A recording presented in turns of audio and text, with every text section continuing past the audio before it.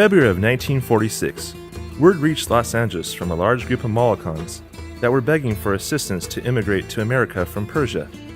It was known previously that we were there, but nothing was known of our living conditions. The communist government in the USSR was using all means to force us into collective farms, and many of us fled for our lives across the neighboring borders of Iran and Turkey. We were seeking an escape from persecution or refusal to join the collective. We were a people of faith, and the communists persecuted us partially because of it.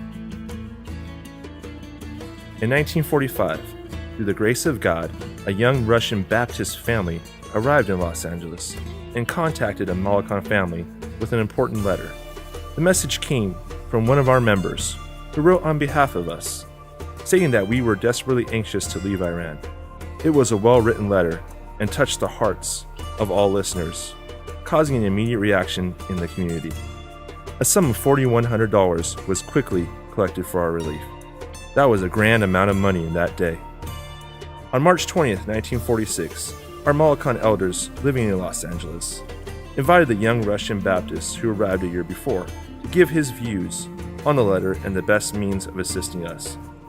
Upon his suggestion, a letter was dispatched, airmail, with a small sum of money, and with the request that the money was to be distributed to the neediest families.